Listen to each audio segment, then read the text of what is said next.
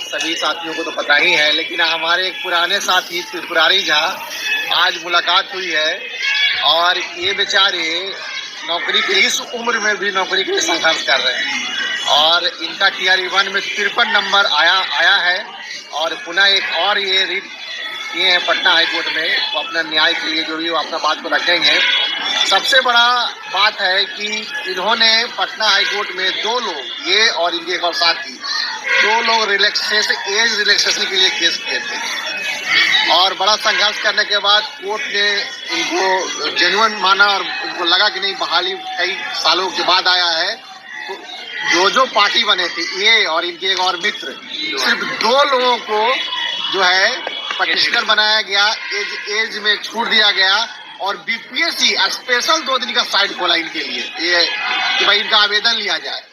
तो ये होता है पटिशनर बनने का लाभ। बाकी त्रिपुरारी झा जी हमारे पुराने संघर्ष के साथी रहे हैं, गांधी मैदान में मुलाकात होती थी। आज ये आए हैं हमसे मिलने के लिए, अपना बातों को रखेंगे। NIOS अभ्यर्थी को TR1 सप्लीमेंट्री रिजल्ट और TR2 के एग्जामिनेशन का रिजल्ट नहीं दिया है, इसकी दर्द और वेदना के रूप में जितना भी अभिव्यक्त किया जाए वह दर्द और पीड़ा को शब्द में नहीं व्यक्त किया जा सकता है।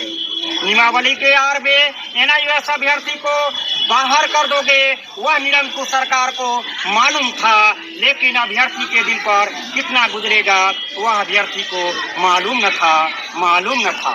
मैं एक उदाहरण देना चाहता हूँ। हमारे हाथ में जो देख रहे हैं यह TR2 एज रिलैक्सेशन का पेटिशनर फाइल है। मैं थोड़ी सी चर्चा बैक में करता हूँ TR1 के बारे में। जब आप जानते हैं कि एज रिलैक्सेशन के मुद्दा पर आपके JDU, BJP, राजद, जितने भी गठबंधन की सरकार है माले, मैं 243 विधायक में सैकड़ों विधायक के पास में गया और सैकड़ों बार गया, कहीं न्याय नहीं मिला। कोई कहता था कि आपको एज रिलैक्सेशन मिलेगा। किसी भी पाने के लिए दृढ़ विश्वास होना चाहिए। मैंने अंत में जब नोटिफिकेशन निकल गया तो न्यायालय का रास्ता माना और न्यायालय में फरियाद किया और सैकड़ों भाई हमारे वंचित हो गए।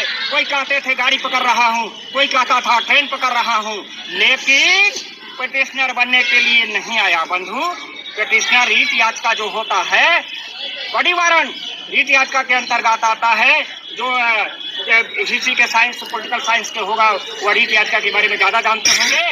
रीट याचिका ओनली फॉर पिटिशनर बेनिफिशियल होता है।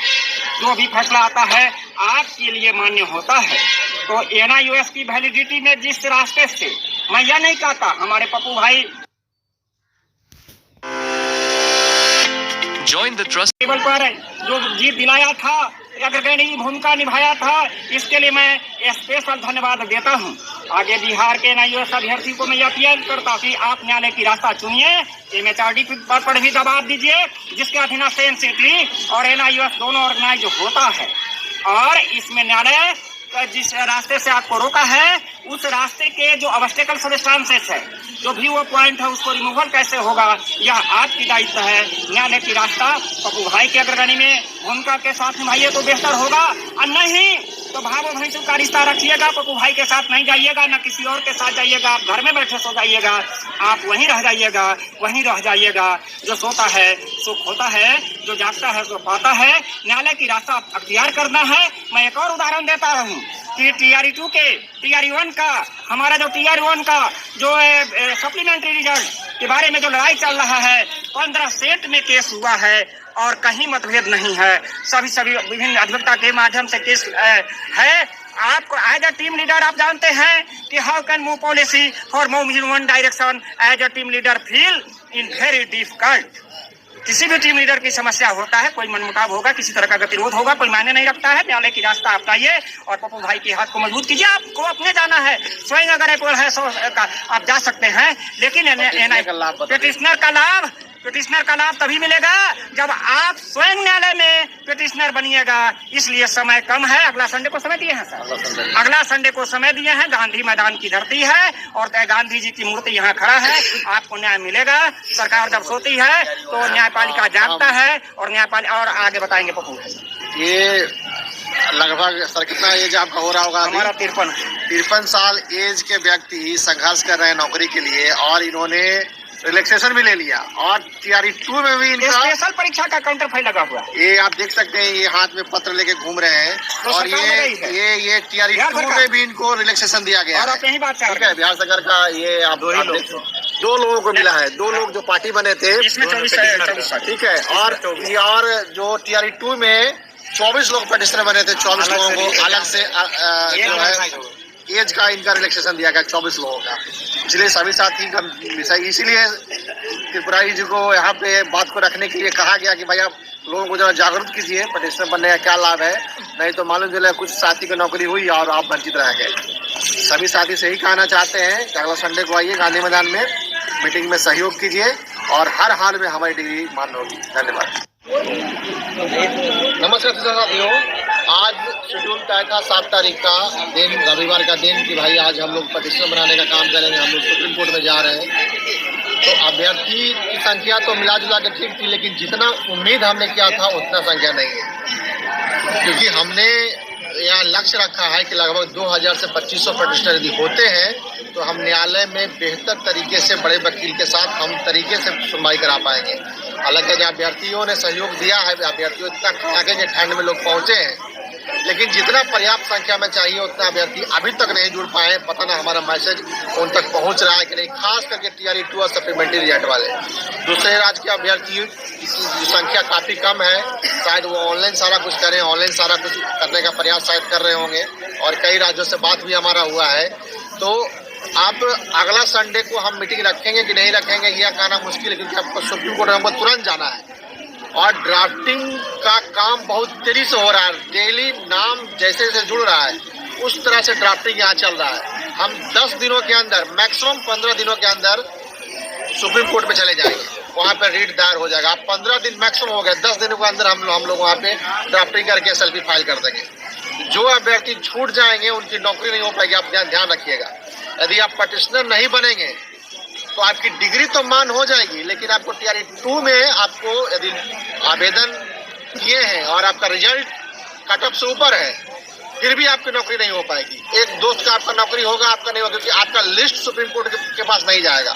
पेटिशनर बनेंगे तो लिस्ट जाएगा सुप्रीम कोर्ट के पास। जब ऑर्डर आएगा तो ओनली पेटिशनर का ऑर्डर आएगा, उतने लोगों को वित्ती होगी। ये सप्लीमेंट्री वाला का भी हम कह रहे हैं और टीआरई 2 के जो भी अभ्यर्थी उनको भी कह रहे हैं। आप ध्यानपूर्वक सुनिए, यदि हमारी बातों पर भरोसा नहीं करते, आप गुमराह हैं, आपको लग रहा है कि 5,000 रुपया हमारा लग जाएगा और हम इससे बचना चाहते हैं, तो आप नौकरी से वंचित रह जाइएगा। और आप सहयोग दे रहे हैं तो आप अपने जीवन के लिए दे रहे हैं ना, आपका सहयोग तो कोई ले नहीं रहा है कि भाई मिठाई खाने के लिए। जो अभ्यर्थी, कई अभ्यर्थी को रोना है कि सर हम कहाँ से 5,000 दें।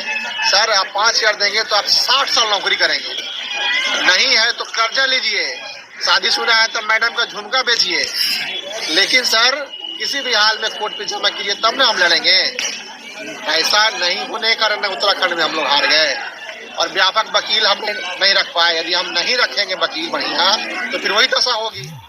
तो आप लोग से निवेदन है कि आप सहयोग करें और अगले 7 दिन तक पेटिशनर बनने का प्रक्रिया चल रहा है। जैसे ही हमारे पास ड्राफ्टिंग कंप्लीट हो जाएगा हम उसको बंद कर देंगे, आप वंचित रह जाएंगे, आप छूट जाएंगे। 5-6 दिन और प्रक्रिया हम लोग रखेंगे। सभी साथी से आग्रह है कि लगातार तेजी में आप जुड़े। ऑनलाइन के माध्यम से आप नहीं आ सकते हैं तो जो नंबर है उस नंबर पे नीचे डिस्प्ले किया जाएगा, उस नंबर पे व्हाट्सएप नंबर भी है, कॉलिंग नंबर भी है, ठीक है। उसमें आप पेमेंट करके व्हाट्सएप पे सारा डॉक्यूमेंट भेज दीजिए, बकतनामा यहाँ से भेज देंगे, सारे पुनः भेज दीजिएगा। करके आप जितना ज़्यादा से ज़्यादा आप जुड़ सकते हैं जुड़िए, ताकि इस मिशन को जो आप पे बीत रही है, जो आप परेशान है, निराश है, वो आपका समस्या का समाधान हो जाए। और हम भरोसा दिलाते हैं कि हम लोग जीतेंगे और निश्चित सफलता हमको मिलेगी। सभी साथी से आग्रह है कि आप लोग पेटिशनर बनिए सुप्रीम कोर्ट में।